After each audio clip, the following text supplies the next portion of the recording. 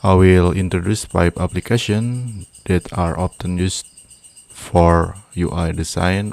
Sebelum memulai, jika ingin belajar lebih lanjut tentang roadmap UI design, bisa cek kursus saya di Udemy dengan keyword roadmap UI design by Wawan. Dan saya sudah sertakan link course di deskripsi. Mari kita mulai.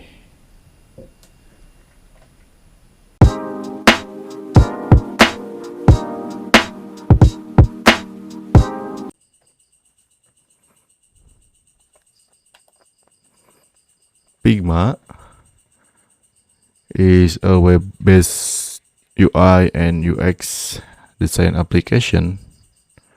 So we don't need to install the application, even though there is a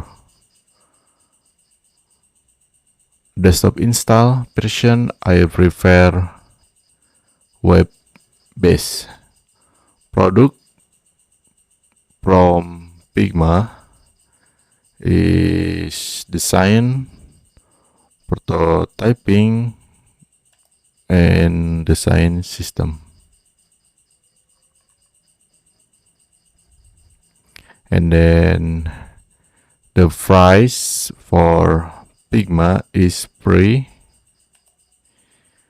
but very powerful. You can check Figma on address web figma.com.